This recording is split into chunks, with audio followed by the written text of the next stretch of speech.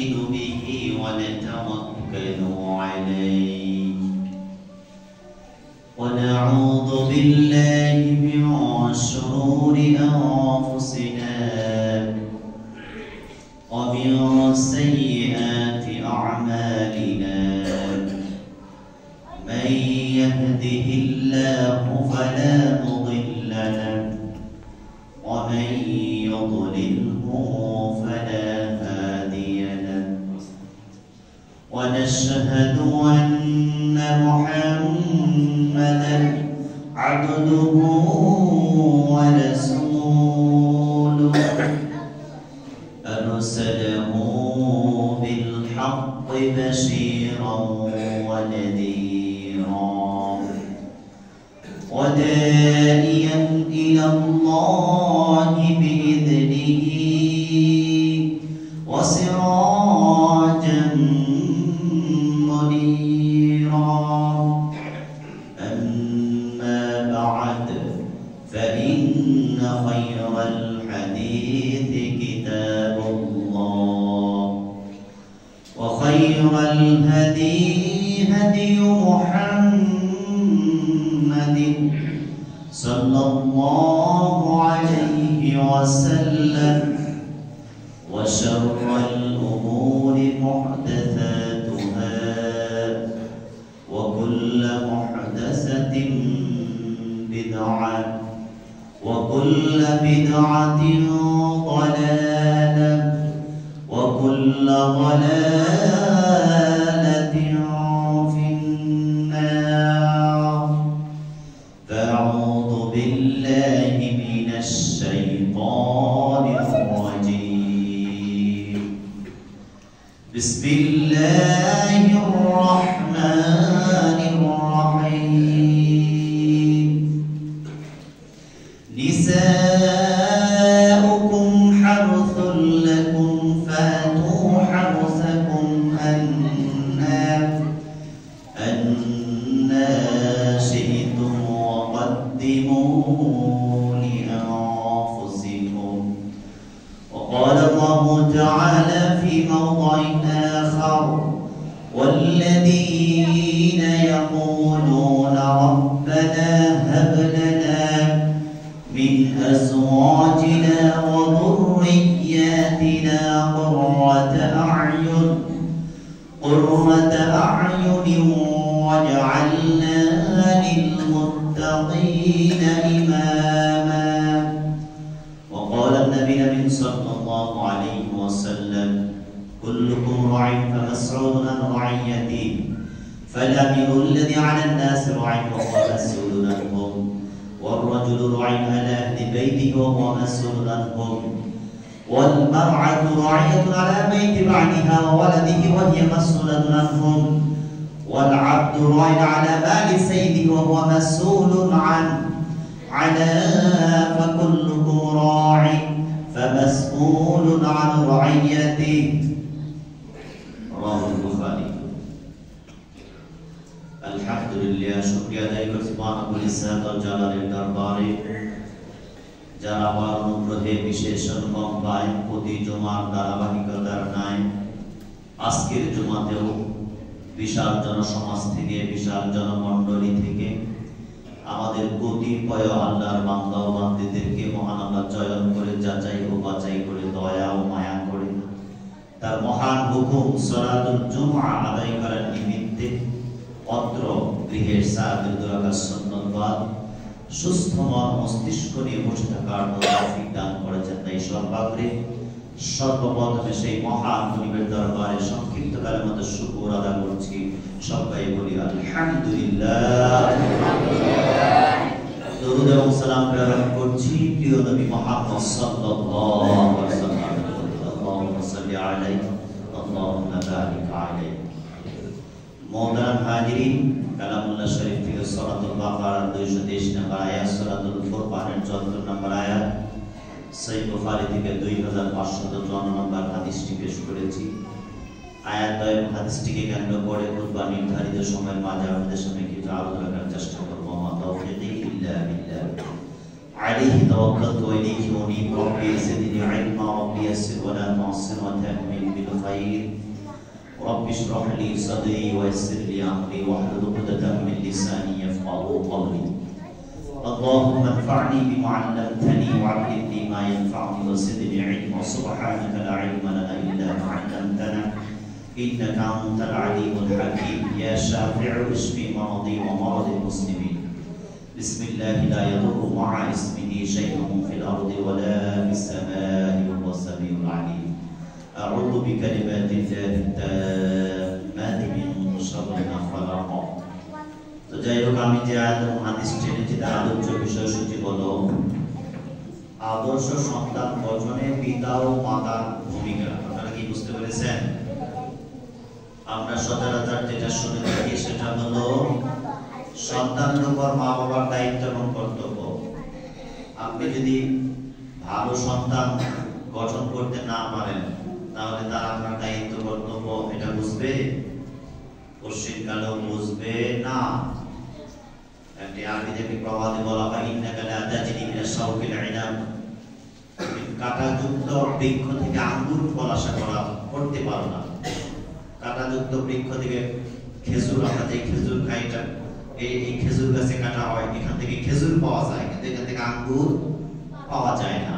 অর্থাৎ আপনি যেমন চারা গাছ যে ফলের গাছ লাগাবেন সেখান থেকে সেই ফলই আপনি পাবেন। আরেকটি বিষয় হলো আমরা শেষ বয়সে এসে সন্তানদের প্রতি খুব ত্যক্ত বিরক্ত হয়ে যায়। তারা আমাদেরকে শ্রদ্ধা ভক্তি ভালোবাসা আদর আপ্যায়ন মর্যাদা মূল্যায়ন যথার্থভাবে করে না। এই কারণে আমরা মন খারাপ করি, অনেক সময় মনে কষ্ট পাই। তবে আপনাকে বোঝা দরকার দায়িত্বটা আগে কার ছিল? আগে কি মা বাবার, আগে সন্তান সন্ততি?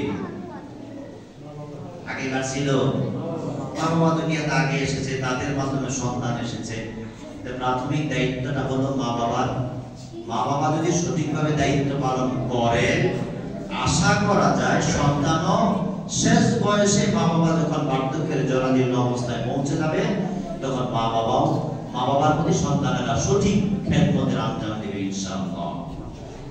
আমি আশা করি আমি আপনাদেরকে এতটুকু বোঝাতে সক্ষম হব, আমরা যতটুকু দায়িত্ব পালন করেছি আর আমার সন্তান সন্ততি আমার যতটুকু সেবা শুশ্রূষা করছে আমি মূলত এতটুকু পাওয়ার যোগ্যতা রাখি না।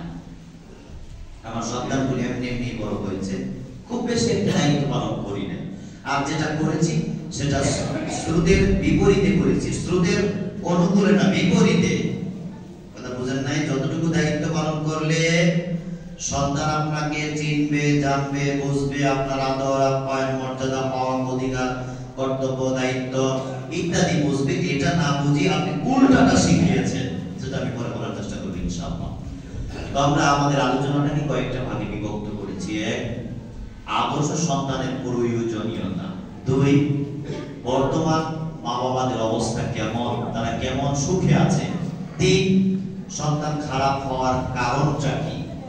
4 নম্বরে আদর্শ সন্তান গঠন করার উপায়। এখানে আমরা 3টা পয়েন্টে আলোচনা করব। এক,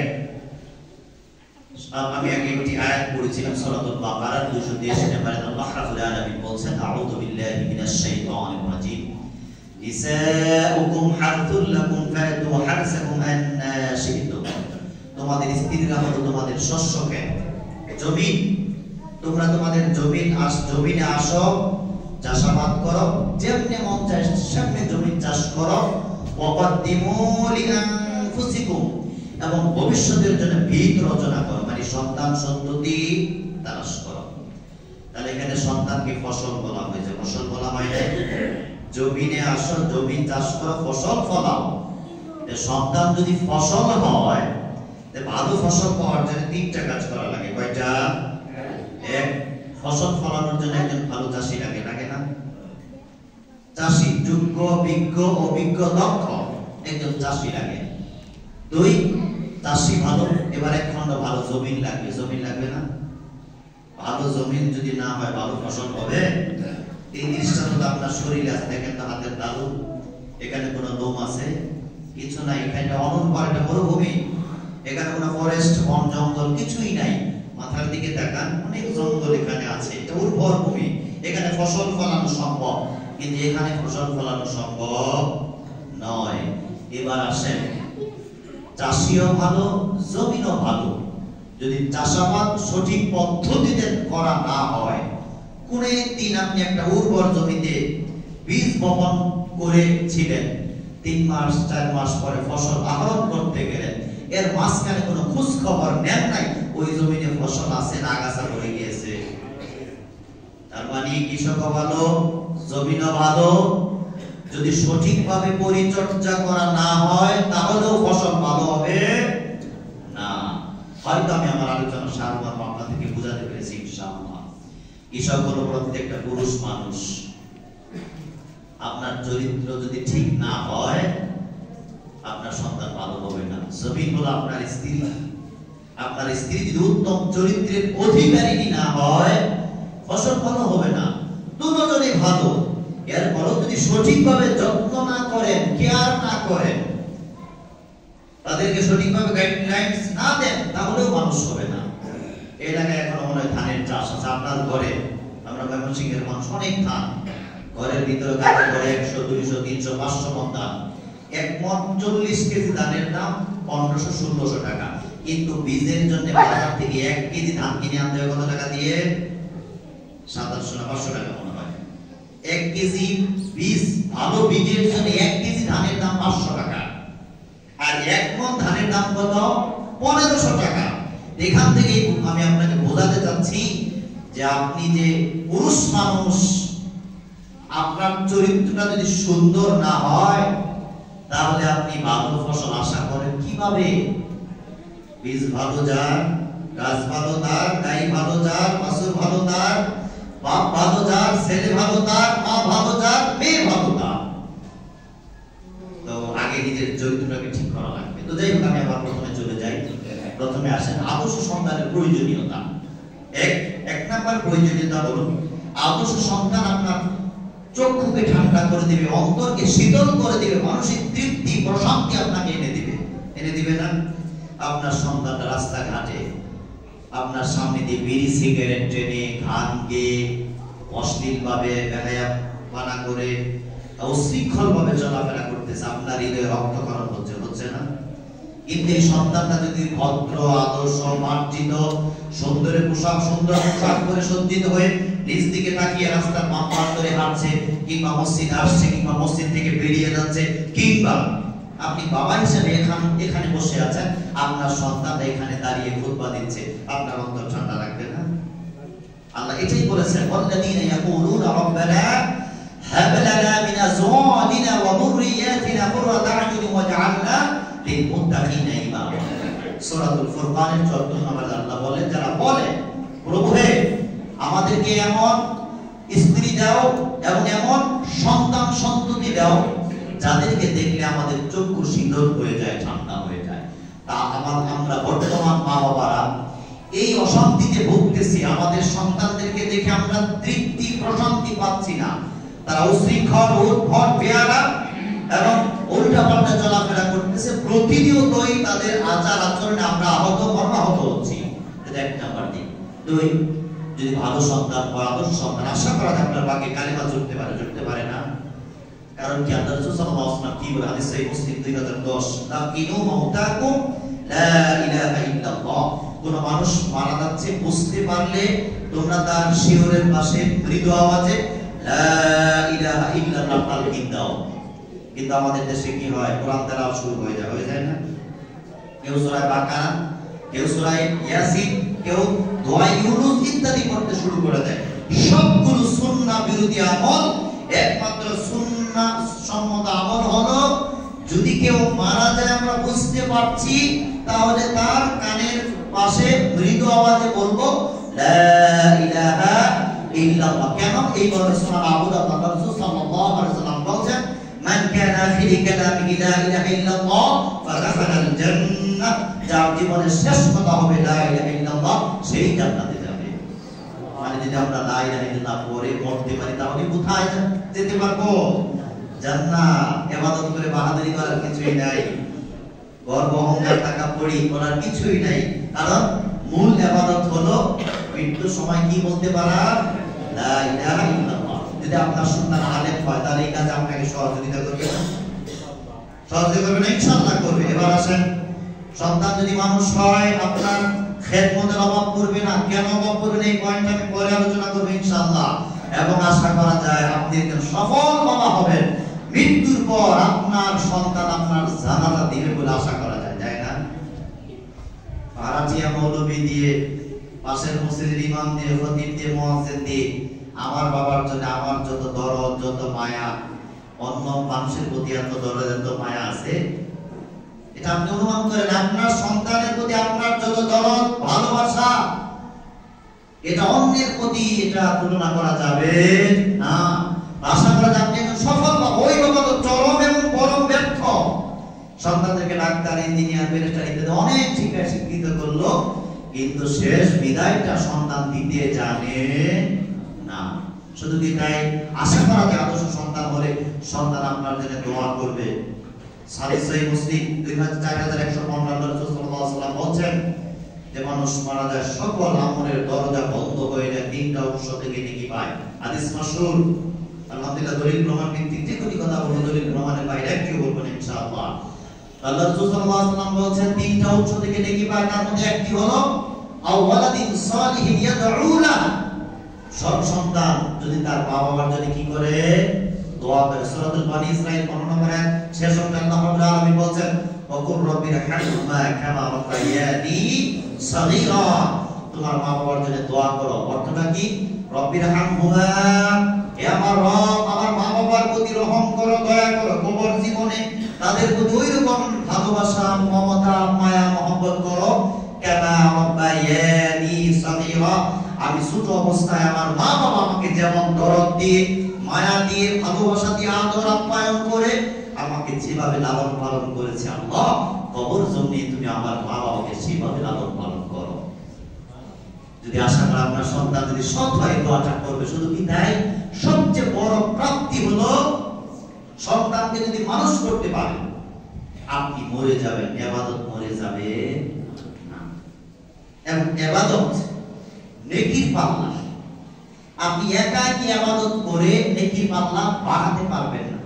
যার আমলনামায় 1000 ব্যক্তির ইবাদত একসাথে যুক্ত হয়, আপনি 24 ঘন্টা ইবাদত করে কি তার সমান হবেন? হবেন? কখনোই হবেন না। পৃথিবীতে এমন মানুষ আছে কোটি গুণ, লক্ষ গুণ ব্যক্তির আমলনামায় একসাথে তাদের আমলনামার মধ্যে লিপিবদ্ধ হচ্ছে। এটা কিভাবে? আমি আপনাকে 4টি পয়েন্ট বলছি। এক, কোরআন শুনলে নেকি হয়। সূরাতুল আরাফ 204 নম্বরে আল্লাহ বলেন ওয়াইদা কুরিয়াল কুরআন ফাসতামিউ লাহু ওয়া আনসিতু লাআল্লাকুম তুরহামুন। যখন তোমাদের মধ্যে কোরআনকে পেশ করা হয়, ফাসতামিউ লাহু, মনোযোগ দিয়ে শোনো, ওয়া আনসিতু, চুপ থাকো, লাআল্লাকুম তুরহামুন, তাহলে তোমাদের প্রতি রহম করা হবে, দয়া করা হবে, মায়া করা হবে। তাহলে কোরআন শুনলে নেকি হয়, পড়লে নেকি হয়। এই হাদিস আমরা জানি, হাদিস জামিউত তিরমিজি 2914 রাসূল বলেন মান ক্বারা হারফা মিন কিতাবিল্লাহ ফালাহু বিহি হাসানা ওয়াল হাসানাতু বিআশরি আমসালিহা। লম্বা হাদিস। আল্লাহ রাসূল বলেন কোরআনের একটি হরফ পড়লে একটি নেকি, আর একটা নেকি কয়টা সমান হবে? 10টা নেকি। তার মানে প্রতিটি হরফে কয় নেকি? 10 নেকি। কোরআন শুনলে নেকি হয়, পড়লে নেকি হয়, পড়াইলে আরো বেশি নেকি হয়। হাদিস সহিহ বুখারী 5027 আল্লাহ রাসূল বলেন খায়রুকুম মান তাআল্লামাল কুরআনা ওয়া আল্লামা। তোমাদের মধ্যে ওই ব্যক্তি উত্তম যে কোরআন পড়ে এবং অন্যকে পড়ায়।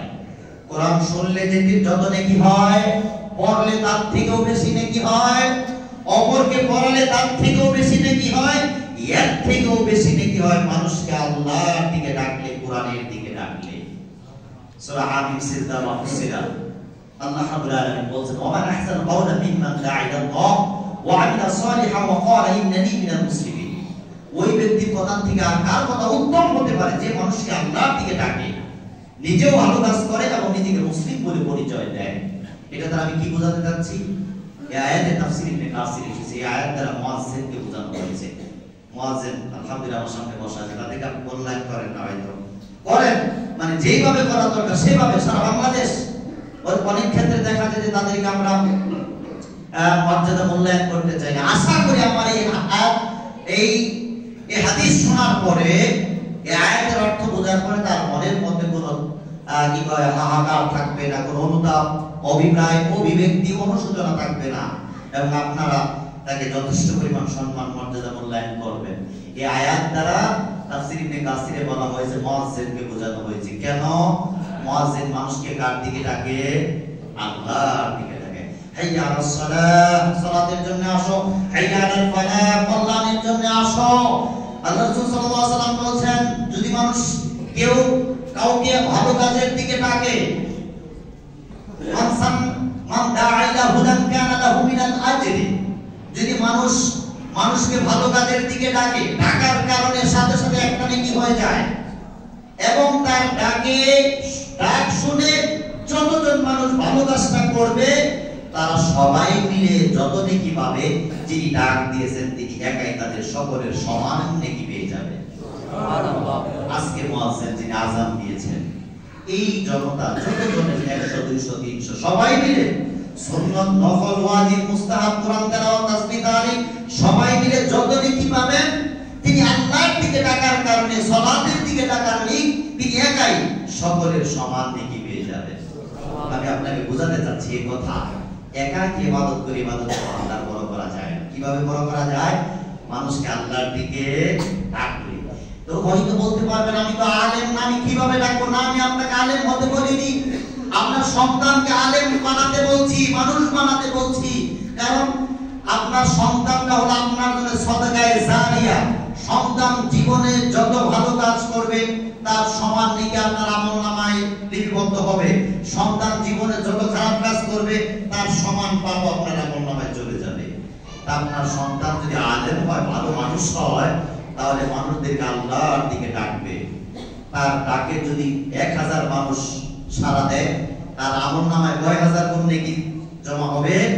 1000 গুণ নেকি প্রতিনিয়ত তার আমলনামায় লিপিবদ্ধ হতে থাকবে।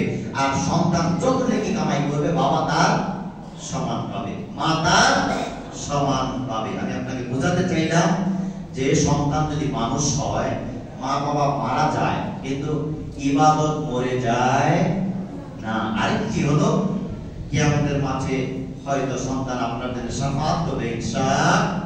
হাদিস সহিহ মুসলিম 343 আল্লাহ রাসূল সাল্লাল্লাহু আলাইহি ওয়াসাল্লাম বলেন, কিয়ামতের মাঠে একজন ঈমানদার আরেকজন ঈমানদারকে জাহান্নাম থেকে বাঁচানোর জন্য তোমরা পার্থিব বিষয়ে যতটা বাক বিতণ্ডতায় জড়িয়ে পড়ো, আপনার জমি যদি অপরে দখল করে আপনি প্রাণপণ চেষ্টা করবেন সেটাকে ফিরে পাওয়ার জন্য, করবেন না?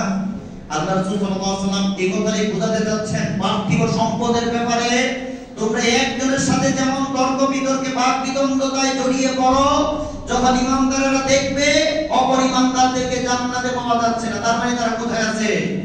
জাহান্নামে আছে। তখন তারা জাহান্নাম থেকে বাঁচানোর জন্য আল্লাহর কাছে এরকম বাক বিতণ্ডতায় লিপ্ত হয়ে যাবে।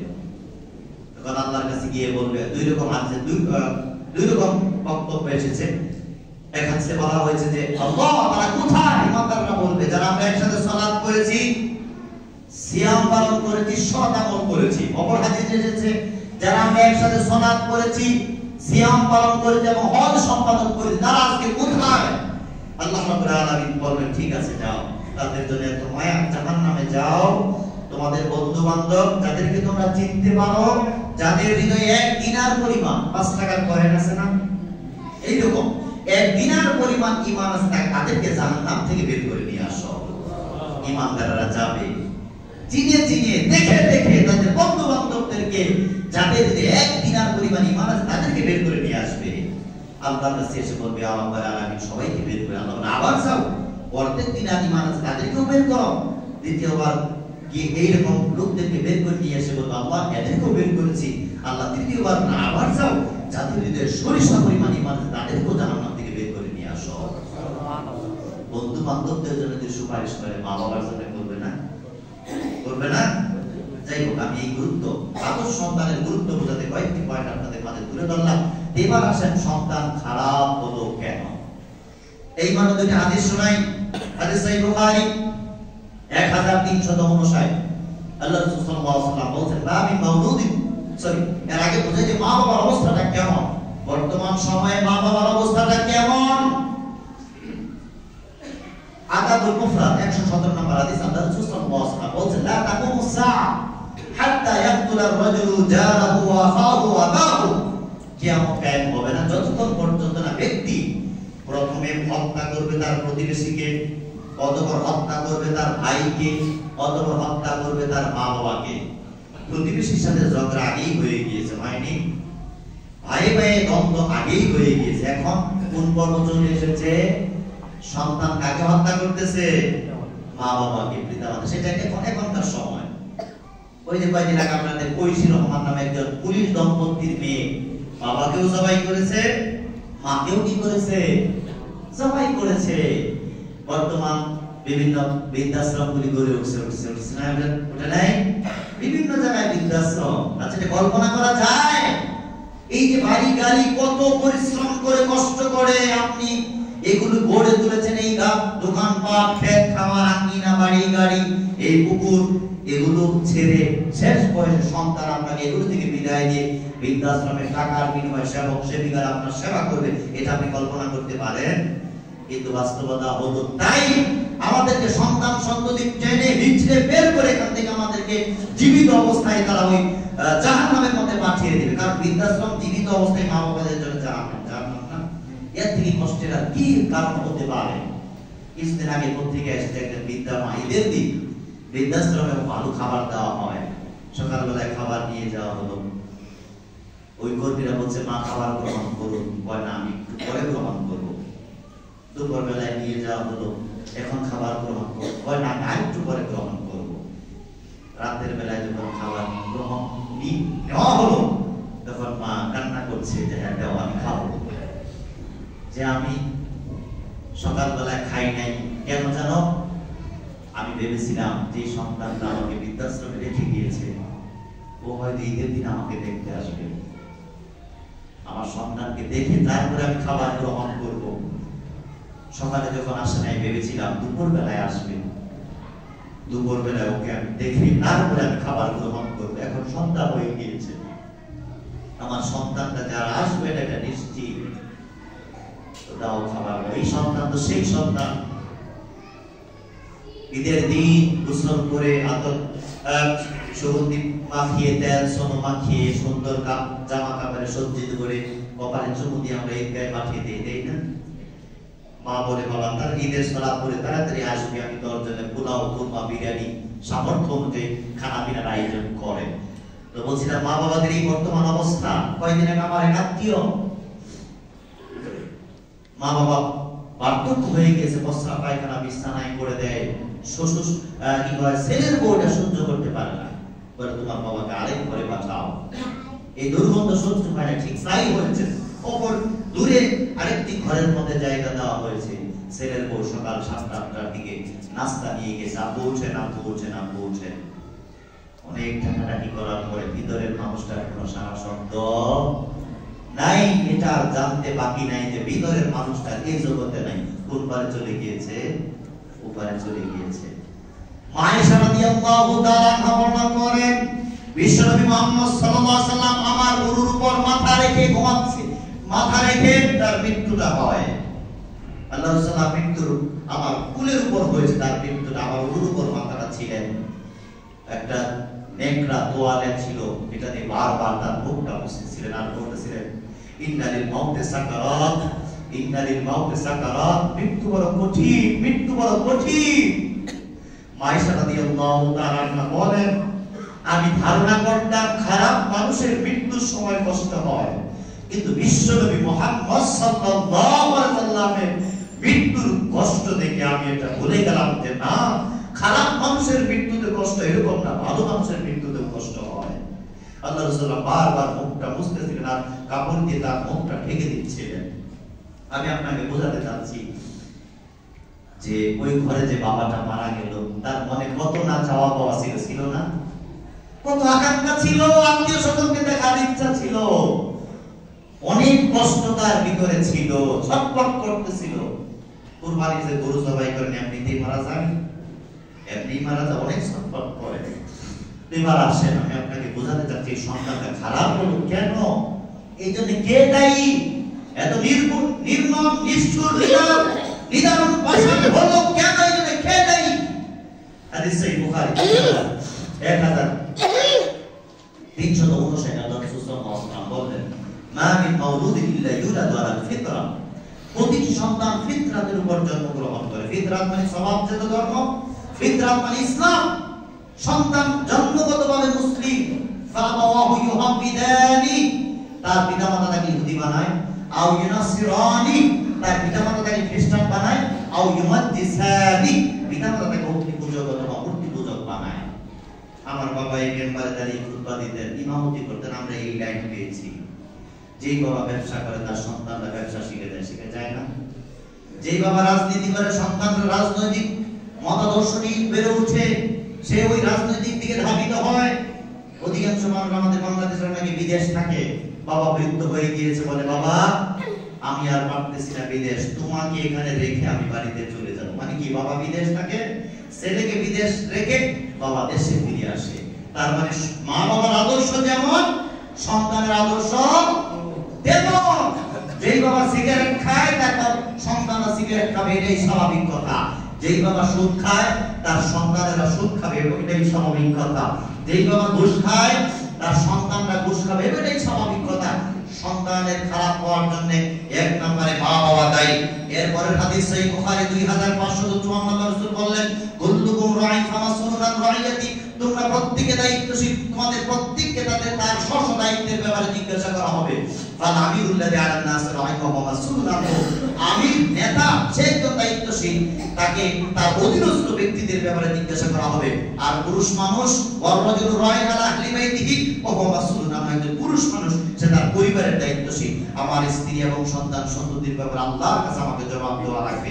ওয়াল মারআতু রাঈতুন আলা বাইতি আলা বাইতি বালিহা ওয়া ওয়ালাদিহি ওয়া হিয়া মাসউলাতুন আনহুম, একজন মহিলা সে তার স্বামীর ঘরের সম্পদ এবং স্বামীর সন্তান সন্ততির দায়িত্বশীল, এই ব্যাপারে তাকে জিজ্ঞাসা করা হবে।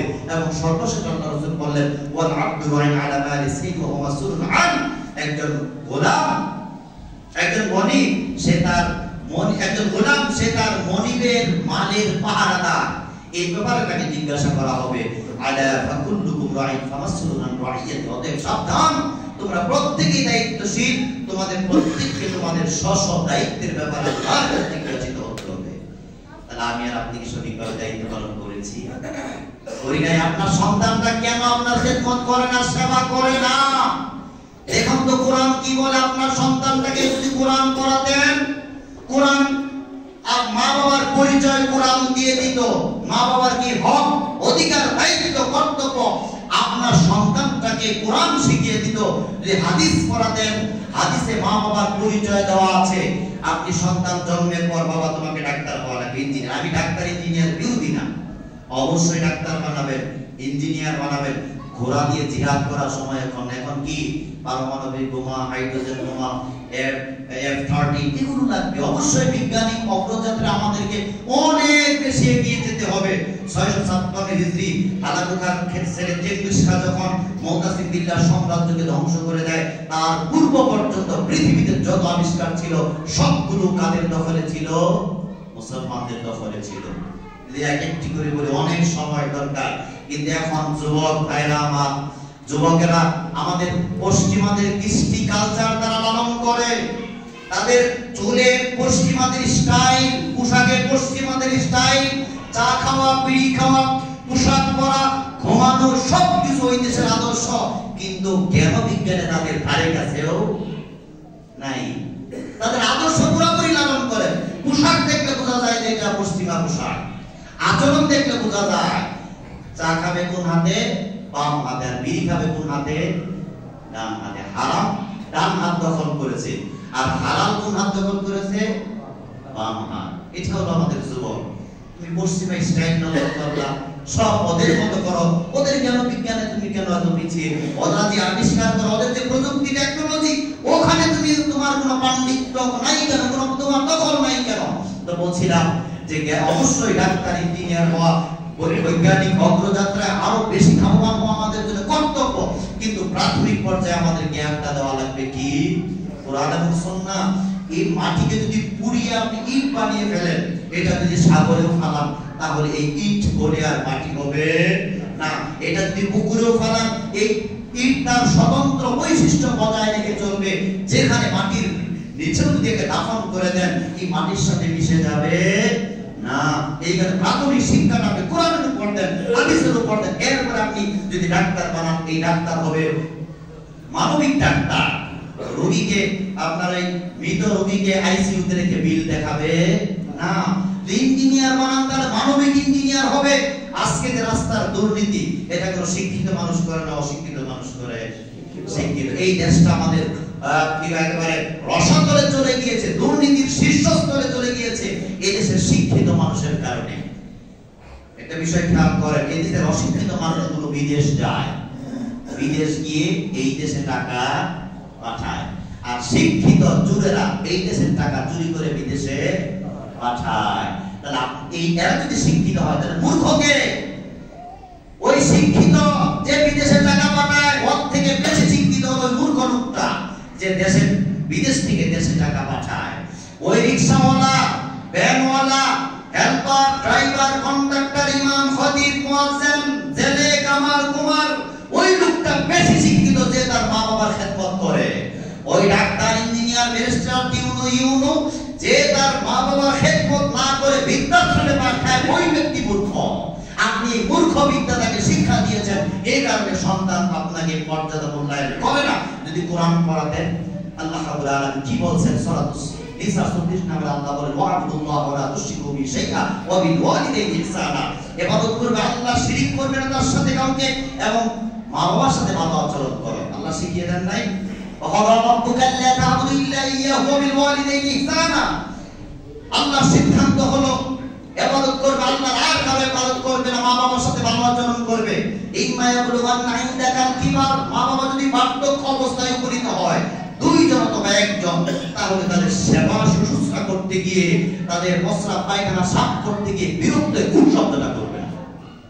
তাফসীরে এসেছে মানুষের বিরক্তি প্রকাশ করতে যদি উপ থেকে আরো কোনো ক্ষুদ্র শব্দ থাকতো, মা বাবার সামনে ওই ক্ষুদ্র শব্দটা প্রয়োগ করা আল্লাহ হারাম করে দিতেন। সন্তান তো মা বাবার সেবা করবে, বিরক্ত হয়ে উপ শব্দটা করতে পারবে না। ওয়াকুল্লাহুমা কাওলান কারীমা, মা বাবার সাথে ভদ্রজনিত ভাষায় কথা বলবে, অভদ্র ভাষা প্রয়োগ করবে না। ওয়ালা তানহারহুমা, মা বাবাকে ধমক দিবে না। এই একটি আয়াত যথেষ্ট, একটি আয়াত যথেষ্ট না? মা বাবার পরিচয়, মা বাবার সম্মান। আপনার সন্তান আপনাকে বাবা ডাকে, কিন্তু বাবাকে চিনে নাই। আপনার সন্তান আপনাকে মা ডাকে, কিন্তু মাকে কি করে নাই? চিনে নাই। কি চিনে নাই? মা বাবার দাম কত, মর্যাদা কত, মূল্যায়ন করে চিনতে পারে নাই। হাদিস এরকম অসংখ্য আয়াত আছে, অসংখ্য হাদিস। হাদিস সেই বুখারী 1654, আল্লাহ সুবহানাহু ওয়া তাআলা বিআকবারিল কাবাইর, আমি কি তোমাদেরকে অবহিত করব না সবচেয়ে বড় পাপ কোনটা? কথাটা আল্লাহ রাসূল তিনবার বলেন। অতঃপর বললেন আল-ইশরাকু বিল্লাহ, এক নাম্বার বড় পাপ কি? শিরক করা। দুই, হুকুকুল ওয়ালিদাইন, মা বাবার সাথে খারাপ আচরণ করা। তিন, কাউলুস যুর ও শাহাদাতুস যুর, মিথ্যা কথা বলা বা মিথ্যা সাক্ষ্য দেওয়া। পৃথিবীতে যত বড় পাপ আছে তার দুই নাম্বার বড় পাপ কি? মা বাবার সাথে খারাপ আচরণ করা। হাদিস জামিউত তিরমিজি 1998, আল্লাহ রাসূল সাল্লাল্লাহু আলাইহি ওয়াসাল্লাম 1999, আল্লাহ রাসূল সাল্লাল্লাহু আলাইহি ওয়াসাল্লাম বললেন, এক সাহাবী এসে বললেন, ইয়া রাসূলুল্লাহ আইয়ুল আ'মালি আফদাল, পৃথিবীতে সবচেয়ে দামি আমল কোনটা, সবচেয়ে ফজিলতপূর্ণ আমল কোনটা? আল্লাহ রাসূল বলেন, as-সালাতু লিমিকাতিহা, সময় মতো সালাত আদায় করা। অতঃপর কোনটা? আল্লাহ রাসূল বলেন, বিররুল ওয়ালিদাইন, মা বাবার সাথে ভালো আচরণ করা। অতঃপর কোনটা? আল জিহাদু ফি সাবিলিল্লাহ, আল্লাহর রাস্তায় জিহাদ করা। সিরিয়ালটা খেয়াল করেন, পৃথিবীতে সবচেয়ে বড় পাপ তিনটা। দুই নাম্বার বড় পাপের নাম কি? মা বাবার সাথে খারাপ আচরণ করা। পৃথিবীতে সবচেয়ে দামি আমল তিনটা, তার মাঝখানে দুই নাম্বার দামি আমলের নামটা কি? মা বাবার সাথে ভালো আচরণ করা। দুই নাম্বার দামি আমল, মা বাবার সাথে খারাপ আচরণ করা, পৃথিবীর দুই নাম্বার বড় পাপ। এরকম অসংখ্য হাদিস আছে। এগুলো যদি আপনার সন্তান পড়তো, তাহলে কি আপনার সাথে খারাপ আচরণ করতো? সন্তান আপনার টাকা চিনে, আপনি সন্তানকে টাকা চিনিয়েছেন, এই কারণে সন্তান মা বাবাকে চিনে, টাকা চিনে। মা বাবা অসুস্থ হলে বলে, যাও তোমাকে ডাক্তার দেখাতে নিয়ে যাব, পরে টিপসইয়ে সবগুলো জমি ডাক্তার দেখানোর কথা বলে জমি নিয়ে। এরকম ঘটনা আছে না? এটা কেন? আপনি দায়ী, 100% দায়ী। ওই যে টাকার চিনিয়েছেন, মা বাবাকে চিনার নাই। আপনার অধিকার, দায়িত্ব, কর্তব্য জানেন না। এই কারণে সে আপনার সাথে যেমন আচরণ করে সাধারণ মানুষের তেমনই আচরণ করে। এবার আসেন আদর্শ সন্তান গঠন করার উপায়। আমি কিন্তু আগেই বলে ফেলেছি, বলে ফেলে নাই। এক নাম্বার, কাকে ভালো হওয়া লাগবে?